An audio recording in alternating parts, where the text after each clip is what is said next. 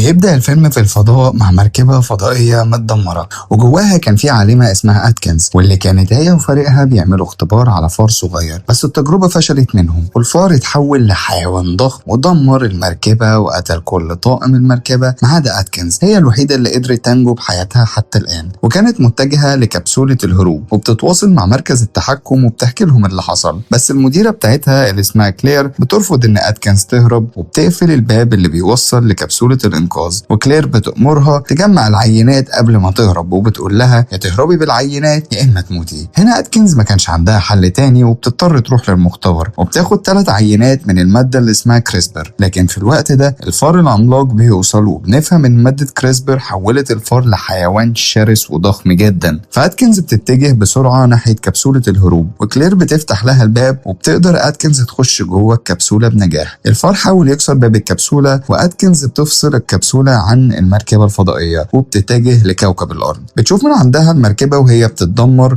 لكن للأسف شدة النار بتكسر إزاز الكبسولة وبتموت أتكنز وال3 عينات بيقعوا في الأرض. بالليل بنشوف في السماء ال3 عينات اللي وقعوا من كبسولة أتكنز، وبنشوف أول واحدة وقعت عند قطيع من الذئاب، وفي ذئب استنشق المادة كلها، والعينة التانية وقعت في بحيرة تمساح، وفي تمساح أكل العينة بالكامل. أما العينة التالتة فوقعت في محمية الغوريلات، وماك شم ريحة المادة بالكامل. تاني يوم ديفيس بيجي للمحمية بسرعة عشان يبلغوا إن ماك مش كويس وبيعمل تصرفات غريبة وهمجية، وزميله نيلسون بيقول له ماك اقتحم قفص الدببة، ولما بيروحوا سوا لقفص الدببة بيلاقوا ماك قتل دب بالفعل. وديفيس بيشوف ماك مستخبي في الكهف فبيروح يتكلم معاه بالإشارة بالراحة، وماك بيتأسف إنه قتل الدب، وماك كان حاسس بالخوف وبيخرج من الكهف. وديفيس بيتفاجئ إن حجمه زاد بشكل ملحوظ. ديفيس بيقلق منه وبيهديه وبيخليه يخش الكهف، وكونر بيبلغهم في اللاسلكي علشان يجوا على غابة الغوريلات. ولما بيروحوا كونر وأمي بيوروا لديفيس عينة مادة كريسبر، بس هما ما كانوش لسه يعرفوا ايه المادة دي. وبنروح لولاية شيكاغو مع كلير صاحبة شركة انرجين، ودي المديرة اللي كانت بتكلم أتكنز في البداية، واخوها بريد كان متعصب لأنهم فقدوا عينات مادة الكريسبر. بس كلير بتعرف ان ال3 عينات نزلوا الأرض بالفعل، وبتوري له خبر هبوط 3 نيازك للأرض، فاحنا لازم نروح لل3 أماكن دول ونجيب العينات بنفسنا. وبيعرفوا انهم يتواصلوا مع شركة عسكرية علشان يتولوا مهمة احضار العينات. وبنشوف الفرقة العسكرية وهي بتجهز وبيركبوا الطيارة ورايحين على مكان اول عينة اللي وقعت عند قطيع الذئاب. بيوصلوا وبيلاقوا العينة فاضية، وبيبلغوا الكلير بكده وبيعرفوها ان كل الذئاب اللي في المنطقة ماتت، وواضح ان في ذئب واحد بس هو اللي قتلهم.